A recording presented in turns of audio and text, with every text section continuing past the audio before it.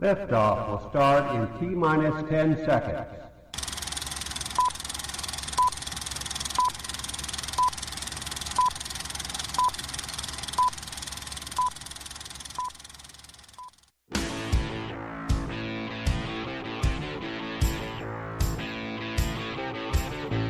Hey, what's up, everybody? Seven and John. You're listening to the Boomer and X Show.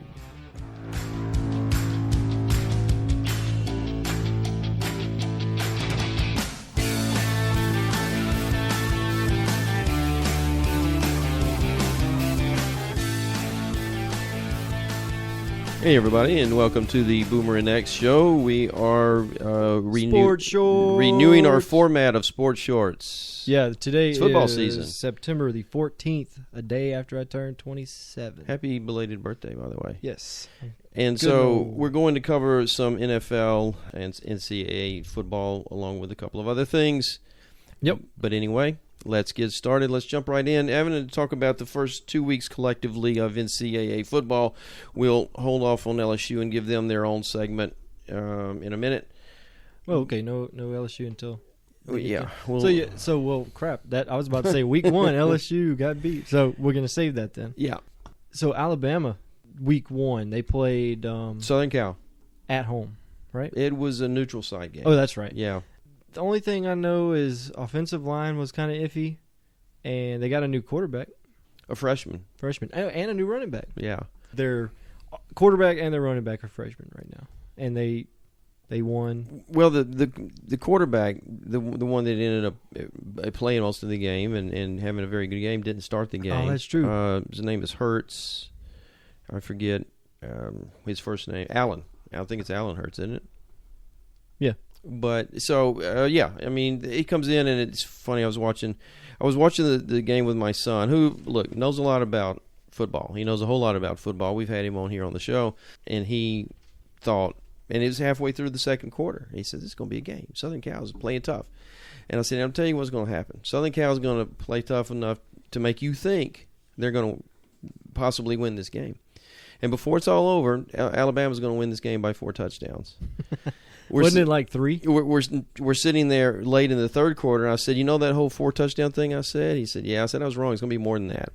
And they ended up winning by, 47, 46 points? It was like 52 to 9 or something like that, or 6. So that's the way Alabama is. Yeah. And I'm not altogether convinced that Southern Cal is a legitimate ranked team, but they may be. They may very well be. Southern Cal, is that the team that says CAL as their No, that's logo? Cal. That's Cal. That's Yeah, Cal. it's California. Yeah, Southern Cal is USC. That's right. Yeah. Yeah. USC. So, Arkansas, TCU. Well, that was week 2. That was week 2, yeah. Yeah, that was week 2. I forgot week And 1. and that was one of those double overtime games that went back and forth. That was one I wanted to make sure we talked about. 41-38, Arkansas upset Which TCU. was an upset, yeah. Speaking of upsets, jumping back to week 1, Houston beating Oklahoma. Big Game Bob comes through again. You Great can game. always count on Big Game Bob to lose a big game. And he's got a big game coming up this weekend, and we'll talk about that in our upcoming NCAA segment. So, yeah, Houston, and look, this Houston coach, he comes in last year, I think they end up going 12-1 and then go to the Chick-fil-A Bowl where they hand Florida State a very good, thorough beating. They give them a beating. Mm-hmm. Speaking of Florida State, that first weekend, Labor Day night, Florida State falls way behind, like 22 points to Ole Miss, and they come roaring back and beat them handily. That surprised me that Florida State dominated the way they did. It didn't really surprise me that they won once they got their mojo going and got things ironed out, but I was really surprised that Ole Miss collapsed and didn't even make a game of it. Let's talk about Central Michigan and Oklahoma State. Yeah. That's week 2. I'm jumping. I keep jumping to week 2 because that's what's fresh on my mind. So Central Michigan, they ended up beating Oklahoma State because of the refs, and you hear that every once in a while. Well, the refs were on their side. In this case, the refs were on their side because they gave them an extra play, which they shouldn't have. Well, I think I don't think they were on their side, but they certainly they didn't understand the rule book. Yeah, and There's no provision for redoing this. Remember last year when Miami beat, I think it was University of North Carolina? Yep. And there was no provision in the rule book to take the score down and switch the outcome of the game. Yeah. I think we need that. And I think if it's the last play of a game or an untimed play and there's a wrong call, I believe that there should be some means by which to overturn the results of the game. But you've got to look and see who it is. If it's a game going on between two conferences, see, it can't be a conference office. It has to be some sort it can't be the office. It has to be some sort of oversight official. Yeah. Official oversight, not from a conference body, but it's got to be an NCAA official oversight because, see, conferences have their own officials. Yeah. So I think that needs to be addressed, but and it's this not is the a MAC. It's not MAC. Well, it was the MAC versus the Big 12. Yeah. So you've got two different conferences involved. So I believe they need to find some way to address that. All right. So what I guess we can get into that right now. The MAC officials were just suspended for 2 suspended or 3 for 2 weeks. Yeah. And the Big 12 refs in the replay booth were suspended for not catching it. Okay. So I thought that was pretty crazy. And then I think neither one of them can get a bowl game. Okay. All right. Ref a bowl game. Which I'm guessing that's good money in that, I guess. I think so. It doesn't help Oklahoma State out any, but sure, it's nice to see the guys being held accountable. On to LSU. Evan, LSU is in midseason form already. Typically, they wait to get to November to start losing, but they started right off the bat. They lost to a team that they were a 2-touchdown favorite over, and embarrassing. It was embarrassing. The whole performance was embarrassing. You've got a player at the end that does conducts a dirty hit on the opposing player that intercepted the ball that sealed the victory for Wisconsin. And that will look bad. This was such an opportunity. This was such an opportunity to take a very, very talented team into another part of the country and play on the national spot with the national spotlight on them. ESPN Game Day was there that morning. Out of all the great games at the opening weekend, that's where the Game Day was. They were there, and they just laid an egg, and it looked so much like what we had seen last year. And I tell you what, watching this game with my son and my grandson, and my son asked me, he said, what would you do if you were the athletic director? I said, well, first of all, I can't answer that question without putting some qualifiers on it. And the first qualifier I'd put on it is if I were the athletic director, I wouldn't start taking action right now. I would actually been paying attention to the product on the field 2 or 3 years ago as it started to decline. But assuming that I could just walk into the office right now, I would pull Cam Cameron into my office, and I would put it to him this way. I've got a 102,000 seat stadium, and I'm going to probably have about 70,000 people in that stadium each Saturday night for the season because of the product we're putting on the field. What can you do? What will you do to put a better product on the field and maybe win us some games this year because Les Miles is out and you're going to be our interim coach, but so just interim.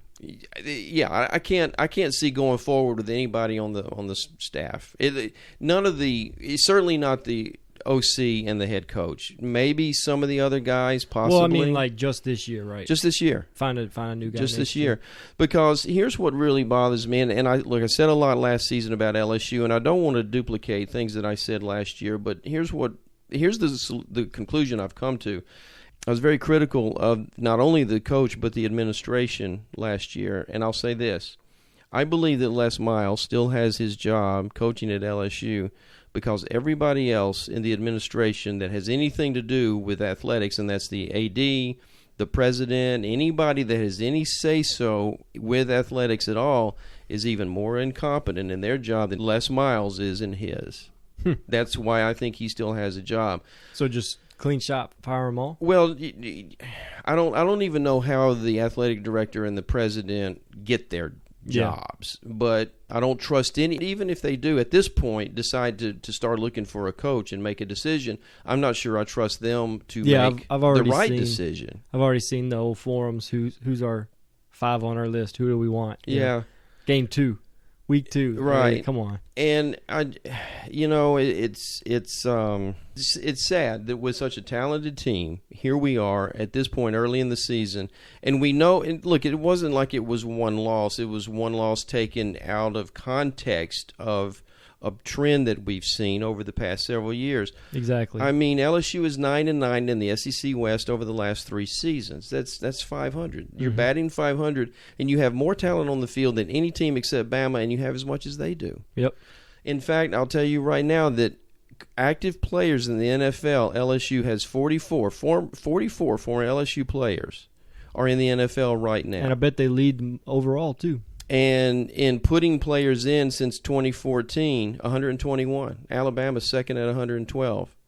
Florida State's third at 105. And yet the product that we see on the field is almost unwatchable. It really is. And I really think that the athletic director is more interested in drawing his check.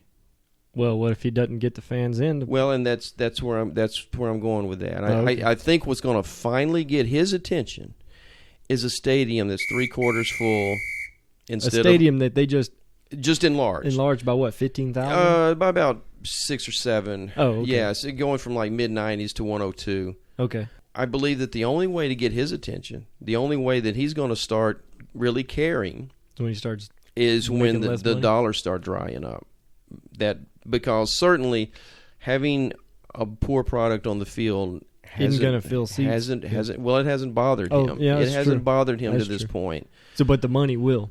Yeah, The lack of. the lack of the fan, and I bet without a change in direction, the season ticket renewals going into next year will be down quite a bit.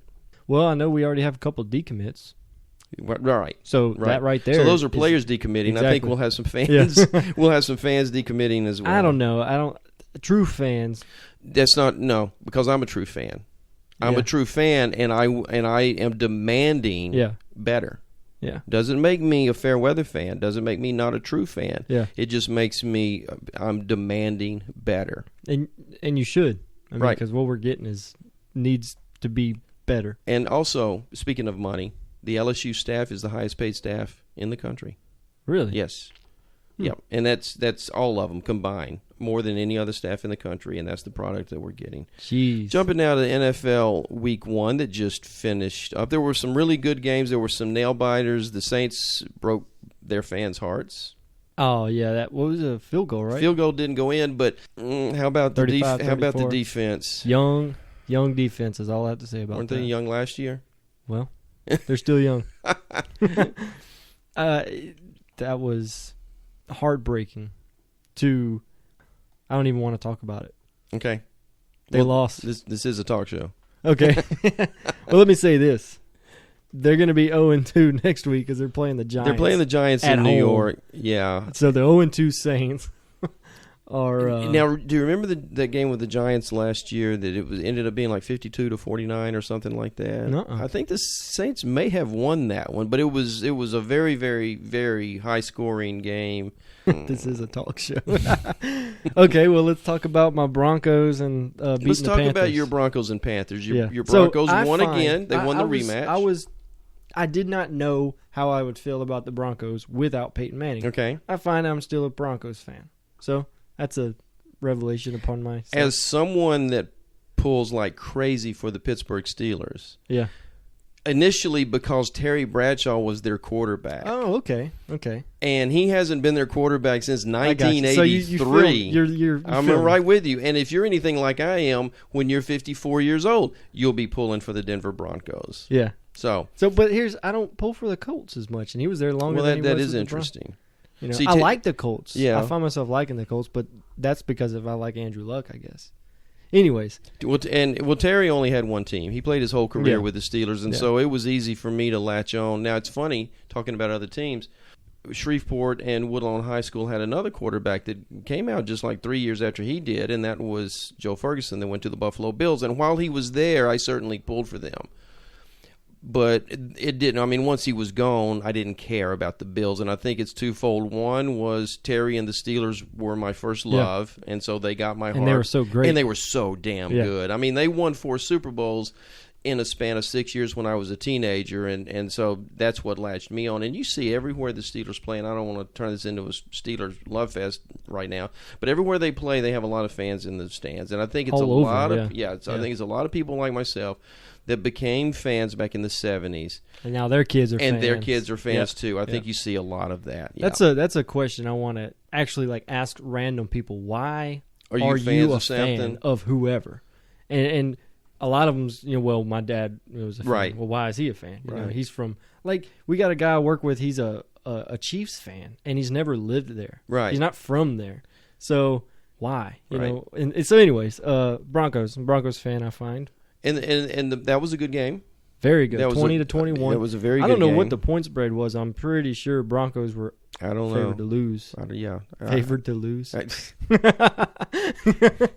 It is a favored to lose show. But Trevor Siemian showed up. He did. And that was he did. I'll tell you what, one thing I noticed, he had his break-in period, and I'm sure it's still going to happen, but the poise and the calm he had on his face when he was about to get mowed down by these 300-pound dudes, it's like he could care less. He's like, well, I'll get this ball out. And then C.J. Anderson, oh my gosh. He came up big. Yeah. He really, really, really came up big. So instead of just trying to bust through holes this year, he's waiting and he's finding his grooves and he's moving very good this year. Another one that happened, Cowboys-Giants. Giants 20-19. Yeah, the Giants came back and won that. And that was in Dallas. And speaking of quarterbacks getting their first start, Dak Prescott looked good. He did. He had looked good all preseason, and he continued to look good. I'm not really sure that the Giants' defense is offered up the stiffest test he'll see all season, certainly. But still, he has gone out and he's performed well in the preseason, and now he's performed well in the regular season. And that may very well, at least at quarterback, be the Cowboys' future, but yet they found a way to lose at home. Three more teams I want to talk about. Okay. Rams at 49ers, 0-28. I watched that game, and you know what I thought I was watching? I thought somebody had taken the LSU players and the LSU coaching staff and put them in Rams uniforms. It was ugly. Yes. It was ugly, and I said right here on this show and said that I didn't think Chip Kelly was going to accomplish anything in San Francisco. It's not a one-game season. I don't know if the Rams are that bad or if San Francisco is just a little bit better than I thought they were. Is it maybe Chip Kelly? What? His presence? Well, his presence didn't do him any good in Philadelphia after the first year. Maybe he got a gut check. You think he might have learned to do something? We'll see. I mean, look, he may be successful in San Francisco, but beating the Rams isn't necessarily. So I heard of a funny drinking game people were playing. How many times are the sports commentators going to say the St. Louis Rams? Every time they say St. Louis, you had to take a shot. And then I counted. It was a couple. Was it? And it's so hard to say the Los Angeles Rams. But see, to me, it's not. Because they used to be them, but not in my lifetime. Right. Well, in 1994. Nah, it's not my football lifetime. Right. I wasn't watching sports. You weren't paying attention. No, you were 5. I'm going to save your team for last and talk about right now the Patriots going to the Carolina. Going to Arizona. Going into Arizona. Going to Arizona. And the point spread was probably 14. It was Carolina's at least way. 9. 9. Arizona's way even. Yeah, Arizona's right. way. What did I say? Carolina. I always say that. Cardinals. The Arizona Cardinals were at least 9 point, if not more, favorites over New England Patriots. And at 23-21, what a game, man. That was a great game. It really was. Well, how do you say that guy's name? Jimmy Garoppolo. Yeah, I'm talking about him later. He's going to get a little something. Good show. So, hitting the Steelers real quick against the Washington Redskins. They went on the road, and they beat a team that went to the playoffs last year by 3 touchdowns. You said something last week about that wide receiver on that team. Antonio Brown? Yes. The best in the game. The best in the game. He's the best in the game, and here's what's crazy. He's like 5'10", Not 6 foot. That's for no, sure. no, and you see him standing. You see him standing up against Ben Roethlisberger, who's He a comes big to his guy. shoulder pads. Yeah, I know. It's almost like a kid. And he was being covered by Josh Norman, not the whole night, Not the whole night, but he was making Josh Norman miss. His 2 touchdowns were on the other guy, who you just kept. I mean, that guy's nickname is Toast now. I mean, oh my! The thing about it is, his coverage wasn't that bad. No, it wasn't. It wasn't that bad. The balls. All right, 4th and 1. 4th and 1, he and throws that, it in the oh deep my corner. God, that's what you you see 4th and 1. That was. And you see a fade pattern to a 29-yard fade to the corner of the end zone on 4th and 1. That's just that's football. That's yeah. some man. That's some great football. Yeah, and I'm gonna tell you one more thing about the Steelers, real quick. They did that without Le'Veon Bell, without Martavius Bryant, And who's Heath gone Miller. for the year. Yeah. Heath Miller's gone forever. He's retired, and also who's the other Marcus Wheaton? He's hurt. Mm-hmm. So they had 4 missing parts. Yeah. 3 of them, which were part of the team, but none of them were there. I saw they put up a stat: 5.6% of last year. Everybody was on the field. field at the same time, yeah. And so if they can look at if the Steelers can stay healthy, And they'll be right there. penalized and suspended. D'Angelo Williams. I'm telling you, they need to find, even when Le'Veon gets back, they need to find a way to use instead him of more. benching that man like they did last year. Use him. He's too good. Okay, let's move forward now to upcoming NCAA games. Florida State, number 2 versus Louisville. Any thoughts on that? Gonna be a good one. It's going to be a good game. Heck yeah. I'm gonna go with Florida State. I'm definitely going to be pulling for Florida State because I cannot stand that. They're on the Louisville. road, right? Yeah, Yeah. It's at Louisville. I cannot stand that Louisville coach. I cannot stand. Here's one that intrigues me, and I don't know that it has a lot of national interest, but it will be on ESPN at 11 o'clock Central Time Saturday morning. Number 25 Miami at Appalachian State. Now, Yeah. Appalachian State was a 1AA powerhouse for years, and they've become a 1A team, a major college team here in the last 2 or 3 or 4 years. They have some shocking wins in their history. Notably, a few years ago, they beat the University of Michigan in the season opener. But I just like Appalachian State because Really? no, when I say I like them, I don't mean I'm picking them. Oh, okay. I mean, I like them because they were just up the road from the little school I went to, University of North Carolina at Asheville, which had a basketball team but no football team. But Appalachian State, which is probably an hour and a half up a mountain drive up in Boone, North Carolina, as opposed to being in Asheville, is just a quaint little college town nestled in the mountains of western North Carolina. I love the town. You would live there, but I you don't want would to pick the team to win. So live there, and I don't know. They may win. I don't know. University of Miami's looked pretty good so far. Yeah. They are. So they probably win the game, but I'll be watching and pulling for Appalachian State All right. and my lovely mountains of western North Carolina that I lived in for 3.5 years. So if you have no real dog in the fight, you're gonna like. I'll pull for mountains. Yeah, exactly. Right. They live in the mountain area. I will. So. I will, especially if it's mountains I lived in. Alabama and Ole Miss. You read my mind. Yeah. That's gonna be another good one. Ole Miss has beaten them 2 years in a row, and this is at Ole Miss. Mm-hmm. What do you think? I'm going Ole Miss. I'm going to go with Alabama. The way Ole Miss totally tanked against Florida State scared me. Yeah, that's true. 1-1. Yeah. I'm still gonna go with them at home. They're prone to be way better there. Like I hope they beat them, but I think Bama will take it. Mississippi State at LSU. I'm gonna say Mississippi State. LSU has beaten them 22 of the last 24 times they have played. It's gonna be even that much worse when they lose then. And so even if they beat them, and I'm gonna paint Les Miles into a no-win corner as far as I'm concerned. Even if he wins this game, he hasn't accomplished anything because they always beat Mississippi State. Yeah. But look, I'll be pulling for LSU. Oh, I'll be pulling for them. But if they lose, I'll just be mad. And then I'll say I'm glad they lost. But I'll be pulling for them. Look, I love them, and that's why I want them to be as good as they can be. Michigan State. Here's a great matchup. Michigan State and at Notre Dame. Yeah. Notre Dame's 1-1. 1-1. Michigan State only had one game. Only so has far. one game, yeah. So to me, that gives a little bit of an edge to Notre Dame right there. Yeah. Well, I mean, they played a game. I don't even remember who it was. It you know what? It was against like Furman. It was in week 1. It was against Furman. So they really haven't been tested. Notre Dame had that great game Sunday night of Labor Day weekend against Texas, where they barely lost. Texas came back and won that game. And Michigan State, has one game against Furman. And so I think just that definitely gives an edge to Notre Dame. Definitely going to be worth watching. 7:30 on NBC. That's going to be a good prime time spot. It's going to be another 7:30 game. 2-0 OSU and the 1-1 Oklahoma. This matchup, Ohio State versus Oklahoma. Oklahoma has to win this game. Yeah. I mean, if they have any national championships aspirations whatsoever, they have to win this game. They cannot start the season 1-2 and hope to win a national championship. No. And seeing as how they were preseason number 3, you would have to think that they do have national championship aspirations. I don't really particularly care personally for either one of these coaches. I'm not even sure who I'll be pulling for, but I will definitely be watching the game with great interest. Ohio's, they just broke the record for the most people drafted in top 10. Did they? Broke records for the top 3, or was it top 5 and the top 10.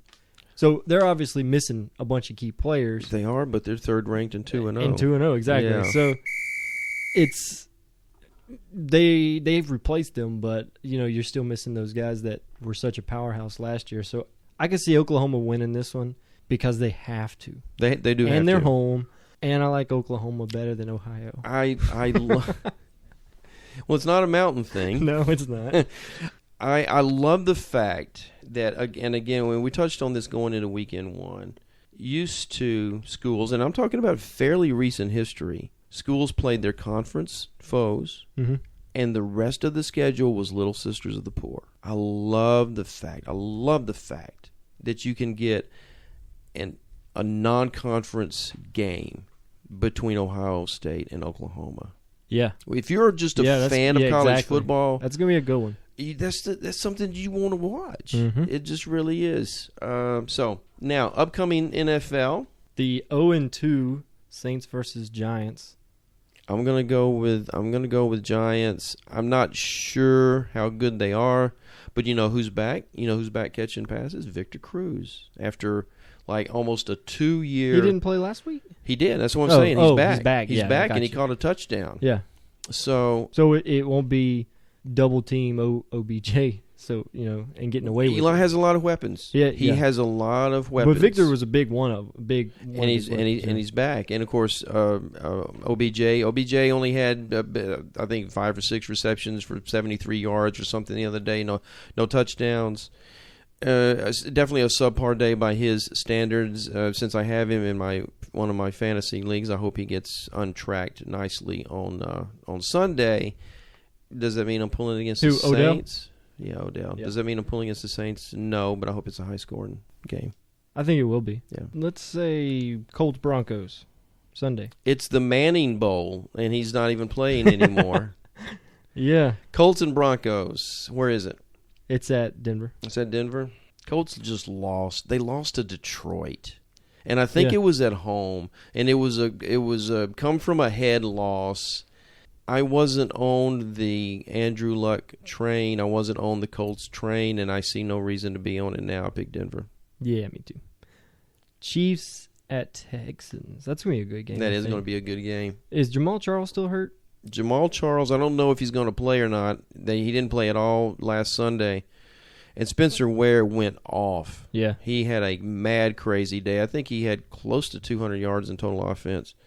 Both of those defenses gave up a little bit more than I expected them to in week 1. Especially Kansas City's to San Diego. I think that's going to be a good game. Where is it? Is it at Houston? Yeah. Yeah, I think the Texans probably win. But it's definitely going to be an interesting game. Okay, your Cowboys at the Redskins. Cowboys at Redskins. I'm going to go Cowboys. Were the Redskins as bad as the Steelers made them look? No. The Steelers were just on fire. They were. Yeah. They were. And they got, to be totally honest, they got a couple of lucky bounces. There was a touchdown pass that careened off of a receiver into the hands of another receiver. Yeah. And there was You're talking about the Steelers. Yeah. Yeah. And there was a fumble that went the other way. Well, it was recovered, and somehow the center Pouncey got in there and gouged enough eyes and punched enough balls to get the ball away. But it very easily could have been a one-score game. It could have been. Yeah. It could have been a one-score game. But it's at Washington. Yep. I say Washington wins. Now here's something else. Speaking of home and road, there were 4 primetime games the first weekend: at Denver, at Arizona, at Washington, and at San Francisco. 4 primetime broadcasts that opening weekend of the NFL. And I usually love primetime home teams in primetime games. Yeah. They went 2-2 this past weekend. You just like them because they better games? I just think that's an edge. In I think the that's player's I think it's a mind, psychological edge, but they only went 2-2 Here's last a psychological edge for you. The Panthers just got beat. They're at home, and the 49ers are coming to see them. 49ers are on a high after doing so well against the Rams, but the Panthers are out for blood against anyone they can get it from. I'm going to say the Panthers win the game, but this joke. brings up something that you and I talked about, and I want to mention it now. Cam Newton takes a lot of shots. Now, part of it is his style of play. He doesn't play like a quarterback, so you're going to get hit more than other quarterbacks get hit. He doesn't lean into the hit. But I don't think he's getting protected the way Breeze and Brady and some of the other guys do. Now, look, the dude's a monster. He is a monster, and I tell you, I have never. That must be what the refs are thinking. It's like, but you know what? Exactly. But call it. Yeah. If you're going to call the same thing, they did, but then they called it intentional grounding, so it wiped it out. So. That's wrong. There was some stuff made of the number of hits that Cam took in that game, and the fact that headshots, and none of them were flagged. And I don't know how much of it is maybe a sort of a subconscious thing. Well, he's not playing like a quarterback, so I'm not going to call it like a quarterback. And how much of it is he's tough. I don't know that I've ever seen a quarterback so physically tough and able to take a beating and keep playing. But at some point, it's going to catch up. Oh, he's going to have a short career for sure. You can't run and like you said, it's his style of play. He puts his head almost on his shoulder, and then you hit his shoulder and you glance off of his head. But some of those were head shots. Some of them seemed a little head shots. Yeah. Speaking of dirty head shots, the Pittsburgh Steelers are hosting the Cincinnati Bengals this weekend. That's a division game. Remember last year in the playoffs, that game ended very poorly for Cincinnati. They totally self-destructed and lost that game to Pittsburgh. There were dirty hits. The players got ejected, and players Cincinnati got lost fined. that game. Cincinnati lost that game, but they also lost their minds. Well, that's the reason they lost. I'll tell you this: as a Steelers fan, the Cincinnati Bengals have replaced the Baltimore Ravens as my most hated Steelers rival. I mean, I still hate the Cowboys. Always will hate the Cowboys, but that's a Steelers rival. The Cowboys? Yeah. Well, they played 3 times in the Super Bowl. That's true. So, but as far as a team that you play every year that's in your division, Cincinnati has sort of taken Baltimore's place because they're just dirty. They're dirty, and that should be a hell of a game. Could that be because Baltimore no longer has Reed? Ray? Yeah. Wait, right? Ray Lewis? Ray Lewis. Look, Ray was a great player. I didn't really care for him a whole lot, but he was a great player. But the games with them and the Steelers were just so physical. But to me, because of him, I think. His persona. Yeah. I mean, he wasn't laying the only hits. No, but he was. And he did, and he set the tone. He did set the tone, and I don't fault him for that because I don't remember them being dirty. I just remember them being physical. Cincinnati was dirty last year. Yeah, that's true. But it's going to be a tough game. If the Steelers can start the year 2-0 with wins on the road against Washington, under different head coach, right? No, that's Cleveland. Oh, yeah, that's right. And the results are the same. They're terrible. They're one of the worst 3 or 4 teams in the NFL. The Cleveland Browns are, and RG3 hurt again.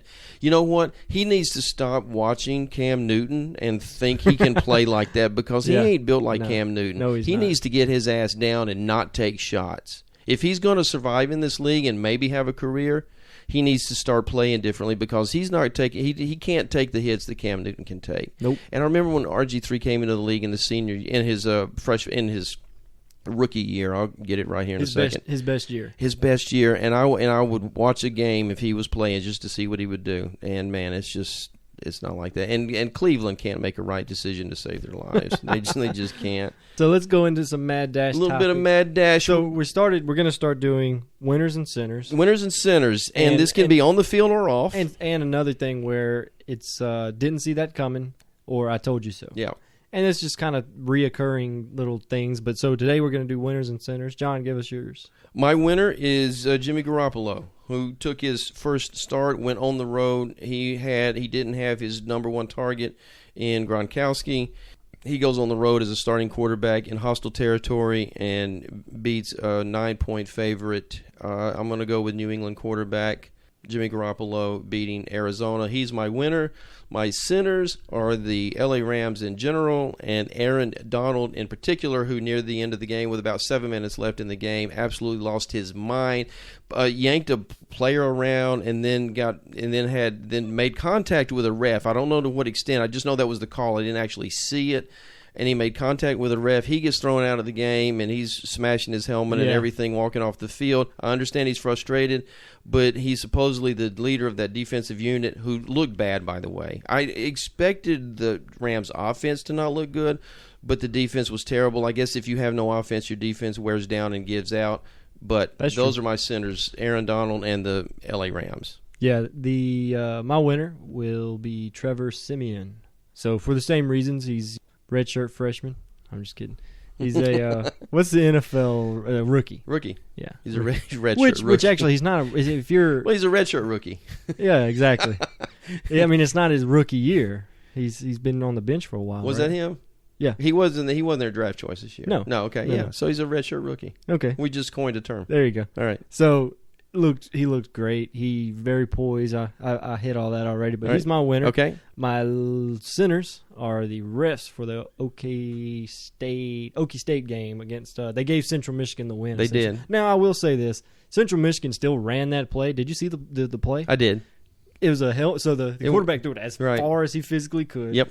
Catches the ball probably 5 yards short. Yep. Gets tackled. Laterals it back in mid tackle, and then the guy runs all the way to the other side of the field to get the they did that. They earned that, but they still lost the game. They earned that I mean, play. they scored the play, but the play should have never happened. The play should have never happened. Yeah. So the refs are the sinners for that one, and continuing Mad Dash Paralympics. You watched this, I didn't. It's still, I believe, still going on. I mean, I knew it was after Rio. It's in Rio. If you didn't know, listeners, I know you know.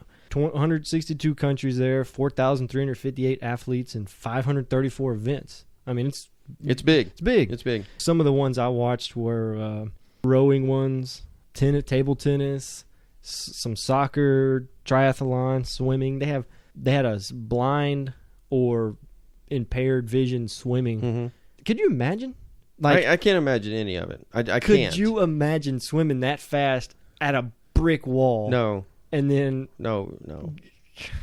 That's the first thing I was thinking. I was like, how do they know when to turn around? Yeah, I don't know. And so that was great. Wheelchair basketball, wheelchair tennis, dude, it was insane. So just very inspiring watching these people with these injuries from blind to weird hand. Weird hand. Blinds, deformities in their hands, right. And amputated legs or no legs. It is inspirational to see these not give up and performing on this level. I agree. And speaking of not giving up, the Russians don't give up in this either. The whole damn bunch of them got banned. So they have they have their own president. Right. They have their Paralympic president. Right. And both the Rio Olympic presidents on their own accords decided, Russians aren't in this. Yep. So Russians weren't in that. I don't even know the medal count, but it was fun to watch. Sure. And I think it's still going on. Really? I think so. Okay. It was 11 days. Okay. Or is 11 days. So we're going to, as we move forward in sports shorts, we will gradually touch on baseball as it gets toward the end of the season and the playoffs. Right now, the runaway best team as far as record in the major leagues, the Cubs, are at 93-52. They have a 17-game lead over second place St. Louis, and the Cubs are also their runs for and runs against, they have a plus 234 differential. So they're probably going to the big show then. Well, they're definitely going to the playoffs. To the playoffs, and the Cubs. What was it? 1908, I think, since they won the World Series. 1908. Yeah, it's been a while. It is. So yeah, it's been a while, even for me. Even for me. Yeah, it's and been I'm just a while. 27. So what about on the other side, American League? What's the top guy over there?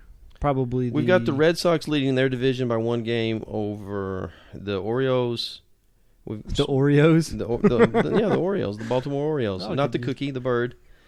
The Cleveland Indians lead by 6 over the Detroit Tigers, and the Texas Rangers lead by 9 over the Seattle Mariners. Last year's winner, Kansas City Royals, probably doesn't look like they're going to make a wild card spot, so they will not repeat as champions, although they did go to the series twice, years in a row. They lost and then won. Doesn't look like they'll be there this year. Speaking of the Oreos or the team from Baltimore, I want some milk.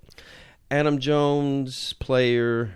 And there's something about commenting on the Colin Kaepernick thing, said no baseball players are doing it because it's a white man's game. Yeah. What was his reason for saying that? Because I guess he was asked about, well, why aren't any baseball players doing this? And he said because it's a white man's game. But I thought it was in their rules that they had to stand. Because I remember seeing that somewhere. Well, I don't know. And that's my reason for why they have, because they have to. Well, I think if that were it, he probably wouldn't have said what he said. Yeah, probably. But anyway, you don't have a lot of black players in baseball. No. But still, I mean, growing up, in my lifetime, black guys, white guys, kids playing catch with their parents. You don't see that a lot nowadays. I think it's baseball, the sport in general, pulling less. Maybe. But as far as the whole national anthem thing, it's becoming exactly what I said it would be, just a distraction with some people taking one side and some people taking the other, and it's brought to the field of play where I don't think it has a place. Yeah. And how is that changing anything that needs to be addressed? I say it's not. Anyway, I think that wraps us up for this Sports Shorts. We may have something very exciting starting next week. We don't want to say too much because we're still trying to line some things out. Secrets. The BoomerandXShow.com is our website. At Boomer and X Show Twitter. That's our Twitter handle. The YouTube, iHeartRadio, and iTunes. We're all there. If you ever want to get in touch with us, email us at theboomerandxshow@yahoo.com. And thank you all for joining us today. John, I'm about all out of words. What about you? I was all out of words about 35 seconds ago.